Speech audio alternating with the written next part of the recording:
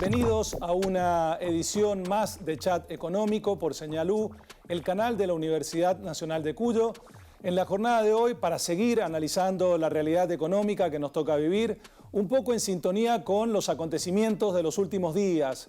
La semana pasada estuvo en nuestra provincia el ministro de Economía, Martín Guzmán, donde estuvo haciendo un poco de campaña, recorriendo los distintos departamentos con los candidatos oficialistas, pero además tuvo reuniones con empresarios de la región cuyana y dejó trascender un poco las políticas económicas de los próximos meses. Hablaba el ministro, entre otras cosas, de que no iba a existir una nueva devaluación en la Argentina, que los precios se iban a mesetar en torno al 3% mensual de inflación promedio y que seguramente íbamos a cerrar algún acuerdo con el Fondo Monetario Internacional en los próximos meses, que eso estaba bastante, pero bastante encaminado. Desde el punto de vista político, otras fueron las declaraciones y más allá de todo esto, vemos en la economía a nivel nacional que seguimos en campaña yo diría a full, porque las medidas de política económica día a día avanzan. Hemos visto en los últimos meses programas pro consumo que lamentablemente sabemos que a mediano plazo nos puede traer un dolor de cabeza, donde no hay fuente de financiamiento para la Argentina y donde tenemos un nivel de emisión monetaria que la verdad nos está preocupando. Incluso apareció un proyecto de ley para subir el mínimo no imponible de ganancias. A todo vapor la economía argentina. Y vamos a darle paso a la entrevista del día de la fecha. En la jornada de hoy tenemos el honor de entrevistar y conversar con el economista jefe de Fiel, Daniel Artana. Daniel, un placer saludarte. No, el placer es mío. ¿Cómo te va? Bien, bien. Bueno, recién hablaba un poco de lo que había hablado el ministro Guzmán en la visita a la provincia de Mendoza ante empresarios, básicamente con el hecho de que no va a devaluar, evidentemente tampoco va a haber un programa económico o un plan de estabilización, y por el otro lado venía un poco en sintonía o con una inercia de la semana anterior donde había discutido con legisladores de la oposición por el nivel de endeudamiento y hemos visto que la economía un poco está en eso. Si la deuda argentina que generó Macri, que generó Fernández, que generó Cristina, ¿es el problema de la economía nacional o la macro pasa por otro lado?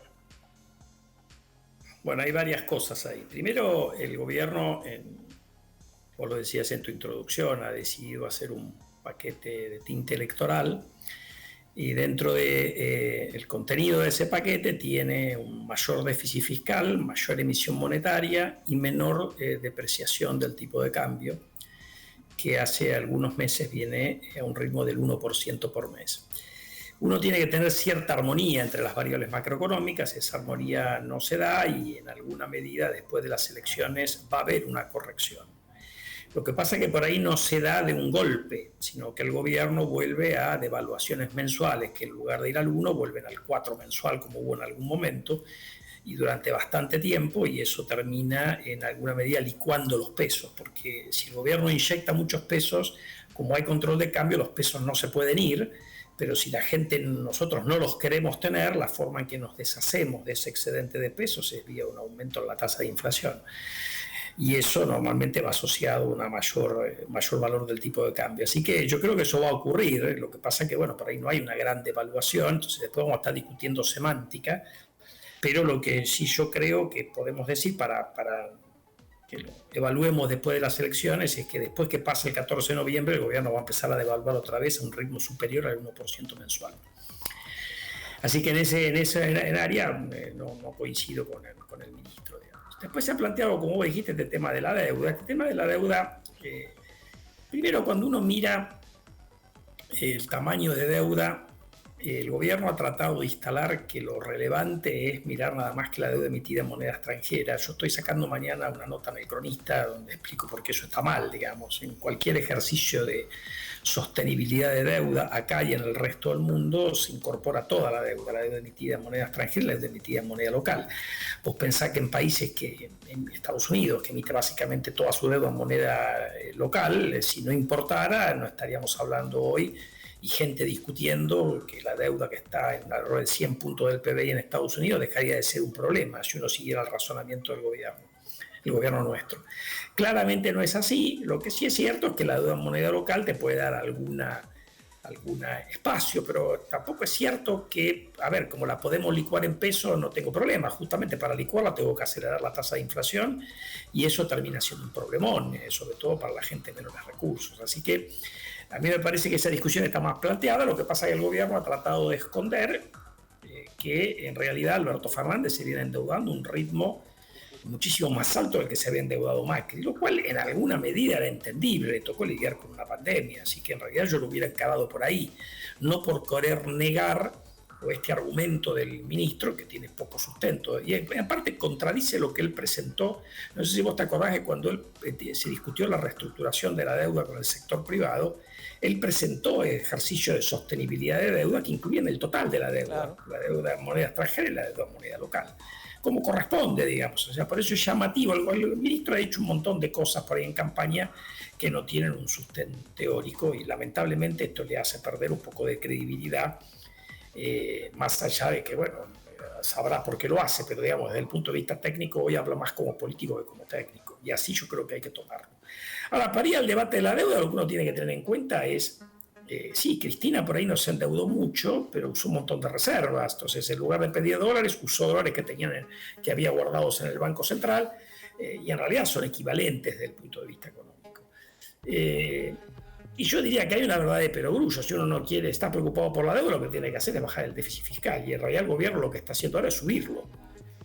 Entonces, a menos que no les preocupe la inflación o que no les preocupe, como dije antes, la deuda en pesos, lo cual ambas cosas estarían mal, en realidad la verdadera discusión en la Argentina es cómo van a hacer para bajar el déficit fiscal. Este gobierno, el anterior, el futuro, ese ha sido un problema crónico en la Argentina y que ningún gobierno, excepto por periodos muy cortos, ha resuelto satisfactoriamente. Tal cual. Es decir, la mayoría de los economistas siempre ponemos el foco ahí en el déficit fiscal, más allá del endeudamiento, o por ahí el análisis o la discusión que se viene dando mediáticamente con respecto a otro tipo de variables. Pero está claro que desde el punto de vista político a veces hablar del déficit fiscal es todo un problema. Vamos a hacer una brevísima pausa, Daniel, y continuamos en el segundo bloque.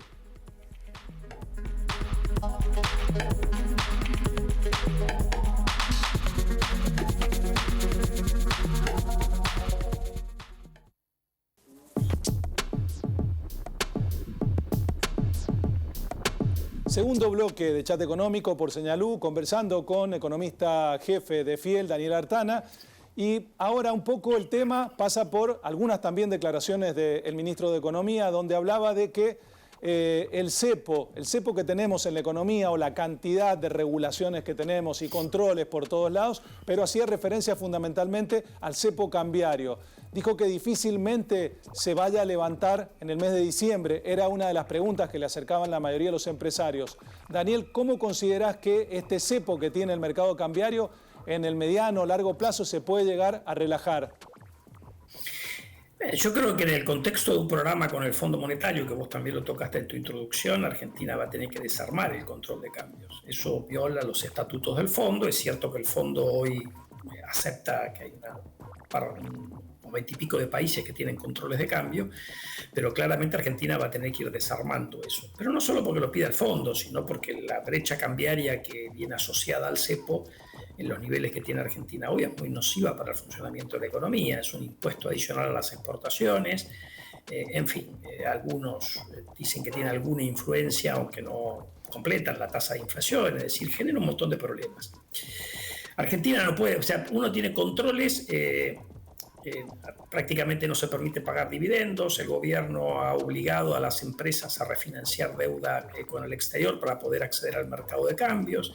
La pandemia le ha ayudado a reducir los gastos en turismo y parecen contentos con esto, porque de hecho no sé si se fijaron que en la última flexibilización que hubo para los que viajen al exterior, uno no tiene que hacer cuarentena si viaja por trabajo, pero sí la tiene que hacer si viaja por turismo. Cuando uno entiende que la lógica sanitaria indicaría que es lo mismo, o a los dos los obligo a hacer cuarentena, o a los dos los libero de la cuarentena si es que están vacunados, como dice el decreto. Pero de todas maneras, el cepo en realidad es la consecuencia del nivel de desconfianza que genera este gobierno. Hoy, curiosamente, en un momento súper favorable para la Argentina, con precios de exportación en particular en la soja, arriba de $500 la tonelada, y que eso le permitió a la Argentina mejorar sus exportaciones en casi $1.000 millones por mes.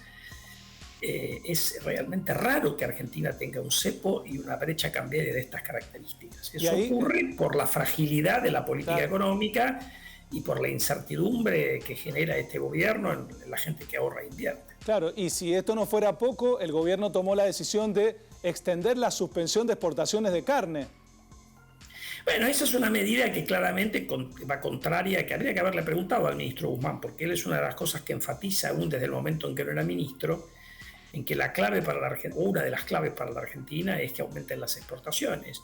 Y por más que es una decisión que no tomó él, pero bueno, él es ministro de Economía, la pregunta es, ¿se tuvo que tragar un sapo o está de acuerdo en restringir? Que además no hace falta ir a buscar experiencia en otros países. Nosotros vimos que cuando el gobierno de Cristina tomó esta medida, generó un gran daño a la producción, al empleo en el sector, que es bastante importante, y a las exportaciones de carne, con lo cual fue claramente una medida desacertada. Y la vuelven a repetir, aunque más moderada que en el pasado, cuando buena parte de la carne que Argentina exporta no se consume en el mercado interno. Entonces hasta ni siquiera se entiende bien la lógica de la medida.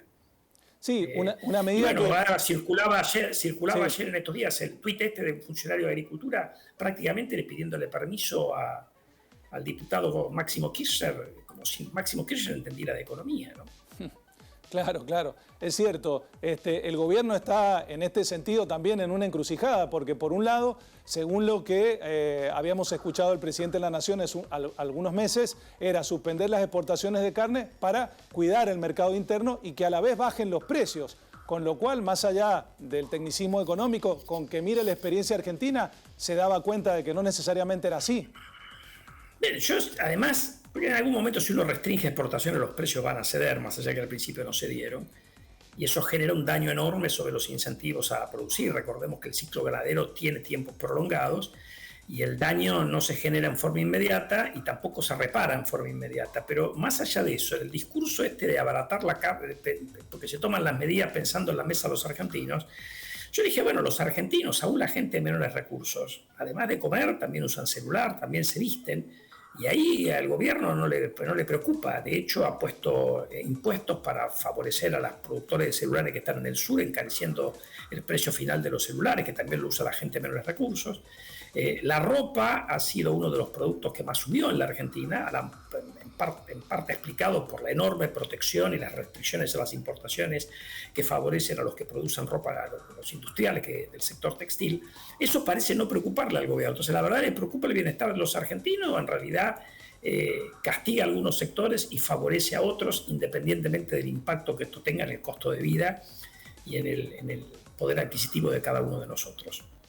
Sigue siendo básicamente el mismo problema que tiene el gobierno y que no puede resolver.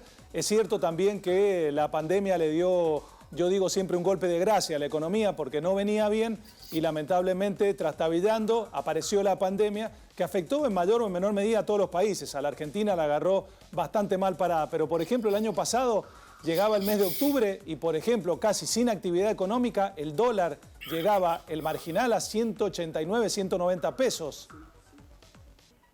Bueno, eso se explica por la gran emisión que hubo, que era la única posibilidad que tenía Argentina de financiar el déficit fiscal.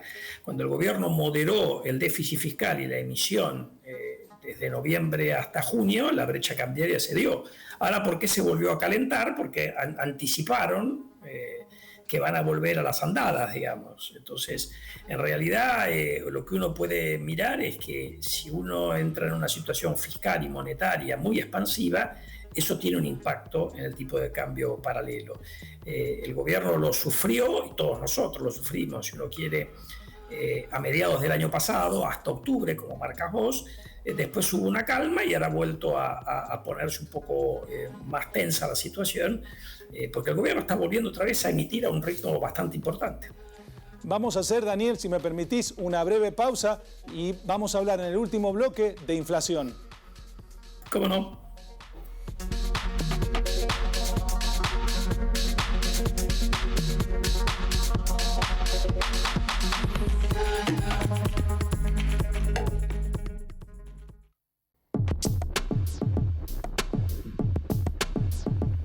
Tercer y último bloque de Chat Económico por Señal U, y nos había quedado pendiente el último tema del programa de la fecha, la inflación, la principal preocupación que tienen hoy los argentinos. De hecho, la mayoría de las encuestas que tienen los políticos dejó de ser lo sanitario la principal preocupación y pasó a ser la economía, es decir, la variable que está golpeando los bolsillos. Es cierto que el gobierno por estos días está de alguna manera un poco más contento porque bajamos de ese 4,8 que tuvimos en marzo a casi un 3% mensual en promedio. Pero la preocupación pasa por el anualizado. Daniel, ¿no es así? Que estamos con un anualizado del 50 o más. Bueno, vamos caminando a una inflación en el anualizado alrededor del 50 para el año. Habrá meses que estará un poquitín por arriba, otros un poquitín por abajo, pero el año va a terminar ahí alrededor de eso. Y esto tiene que ver con lo que hablábamos antes, digamos. En la Argentina, ahí hay una confusión en algunos economistas cercanos al gobierno, porque dicen, bueno, se emitía un montón y no subía la inflación allá por el peor momento de la pandemia. Bueno, primero había una pandemia tremenda, una recesión brutal, pero además eso no es inmediato. Todo el mundo sabe, cualquiera que haya leído un libro de macroeconomía, que la política monetaria tiene rezagos. Lo que uno emite hoy tiene un impacto en los precios por ahí 6 meses después. Pero además en la Argentina el canal tampoco es directo, porque uno emite hoy, eso en el contexto cambiario que tiene la Argentina aumenta la brecha cambiaria, eso termina llevando a una depreciación más acentuada del tipo de cambio oficial, y ahí uno hace la inflación. Eso fue lo que vivimos en el segundo semestre del año pasado y en la primera parte de este año. Ahora estamos en un fenómeno de mayor emisión, como dijimos al principio, pero con el gobierno sentándose arriba del tipo de cambio. Eso probablemente lleve a que la inflación en el corto plazo siga bajando, pero se está generando una inconsistencia para después. Por eso nosotros hace tiempo que pensamos que el año que viene la inflación va a ser muy parecida a la de este año, no va a bajar, y de hecho cada vez hay más colegas que se suman a esta proyección. Nosotros estamos con esa proyección de hace como 6 meses. Porque bueno, el gobierno decía, era obvio que el camino a la elección iba a intentar hacer alguna medida de tinte electoralista, y además se sentó arriba de las tarifas, y eso no es sostenible en el tiempo. Entonces el año en alguna medida ha pasado inflación de este año al año próximo. Es decir, entiendo un poco lo que por ahí estás mencionando. Tenemos como una especie de olla a presión. Se sentó sobre las tarifas de servicios públicos, congeló el precio de los combustibles, permite el incremento de salario mínimo vital y móvil, jubilaciones, autoriza incrementos paritarios, en algunos casos del orden del 45 y el 50%, con lo cual vamos a dejar una inercia importante inflacionaria para el año que viene, y después viene un año electoral nuevamente, con lo cual pareciera ser que la Argentina está condenada a un 50% para los próximos años. Bueno, no es que esté condenada. Yo creo que en realidad hay muchos países que han logrado eliminar la inflación partiendo de niveles. La propia Argentina logró eliminar la inflación durante el año 92 al año 99, y de hecho después en el 2003 también la inflación fue baja. Es decir, uno lo que tiene que mirar es que se puede hacer, la gente tiene que ser consciente de que se puede ir a una inflación muy baja. Otros países lo han hecho, latinoamericanos como nosotros, y lo han hecho otros países en el mundo, Israel en los 80, es decir, se sabe lo que hay que hacer. Lo que pasa que, bueno, eso requiere ordenar el fisco y tener un menor déficit fiscal y, por lo tanto, menor dependencia del Banco Central, y eso permite hacer un programa antiinflacionario consistente. Después habrá que ver si hace falta o no poner patas heterodoxas a ese programa, como los acuerdos precios y salarios, que a mí mucho no me gustan, pero bueno, uno los puede entender. Lo que no se puede entender es lo que hizo este gobierno. Puso los acuerdos de precio y salario al mismo tiempo que hace un programa muy expansivo, con lo cual quemó el instrumento. Entonces hoy le va a resultar complicado a este gobierno bajar la inflación. Ahora después, si la victoria para el gobierno o el éxito para el gobierno es bajar de 4 a 3 mensual, yo diría, bueno, eso es un fracaso. Tener 3% mensual de inflación es un fracaso, no un éxito. ¿Es mejor que 4? Sí, pero es un desastre 3% mensual de inflación. Sí, de hecho, si uno mira el resto de los países del mundo, no necesariamente de la región, uno ve que en promedio probablemente ese porcentaje de inflación lo tienen en un año, y Argentina, a través del gobierno, por ahí festeja que está apenas por debajo del 3 mensual. Bueno, por eso yo digo, eso no hay nada que festejar. Y además, otra vez, esto que se está logrando ahora en alguna medida tiene algo de artificial, como decíamos antes. Por lo tanto, Yo para poder festejar, entre comillas, querría ver si el año que viene mantenemos ese 2,5 o 3 mensual que por ahí vamos a tener en los próximos meses. Mi impresión es que va a resultar complicado, a menos que el gobierno tome el toro por las astas y ordene la cuestión fiscal y monetaria. Pareciera ser un poco que todos los caminos conducen a que el gobierno tiene de alguna forma que corregir estas desviaciones que está teniendo la economía. Más allá de eso, ¿considerás que es viable para el gobierno, en base a la ideología y demás, un plan de estabilización en el corto plazo? Bueno, yo creo que en el corto plazo no, pero en la discusión de un programa con el fondo va a tener que haber un intento por un programa de estabilización. Y la pregunta entonces podría ser, bueno, ¿qué pasa si no firman con el fondo? Bueno, ahí vamos a tener un lío importante, porque la brecha cambiaria se va a volar.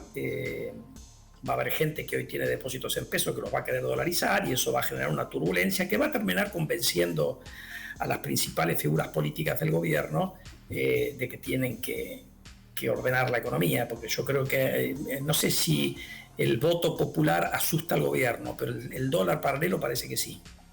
Tal cual, tal cual. Bueno, Daniel, se nos acabó el tiempo. Desde ya, agradecidos desde Señalú, el canal de la Universidad Nacional de Cuyo, la entrevista del día de la fecha, y muchas gracias por la entrevista de hoy. No, gracias a ustedes por llamarme. Hasta luego. Hasta luego. Hablábamos con Daniel Artana, economista jefe de FIEL, sobre la realidad económica argentina, la macro, el proceso electoral, las declaraciones del ministro de Economía, lo que viene, fundamentalmente las correcciones que tiene que darse en una economía como la nuestra. Probablemente las correcciones, como dicen muchas veces, no se dé por las buenas y se va a terminar dando por las malas. Pero a la larga el mercado termina generando las correcciones que a veces políticamente no se dan. Esto ha sido todo por hoy. Agradecido como siempre. Será hasta la semana que viene.